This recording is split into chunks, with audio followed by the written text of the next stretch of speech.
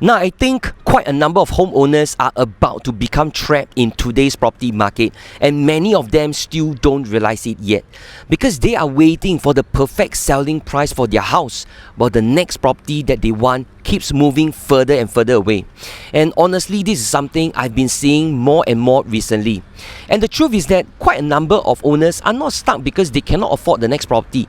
They are stuck because they cannot sell the current one. Now, at first, most people will think, never mind, I'll just wait for a better price. But slowly, something interesting starts happening because the replacement property prices starts moving higher, which means the upgrading price gap becomes wider. Now, in addition, more similar units starts competing with yours that you are trying to sell. And eventually, the problem is no longer, can I get my ideal selling price? But the bigger problem becomes, what if the property slowly becomes out of reach? And the truth is, not all properties behave the same way when the market slows down. Now, there are some properties where the supply is very high. More sellers keep entering the market, more competition appears. And once one owner is willing to let go cheaper, the next seller may need to adjust as well. But then there is another group of properties where the supply is much lower. Now, owners may not feel pressured to sell. Some may even continue holding on or increasing their price. So if you are holding a property with lots of competition, but the next property that you want belongs to the second category, now this is where the upgrading price gap can quietly becomes wider over time.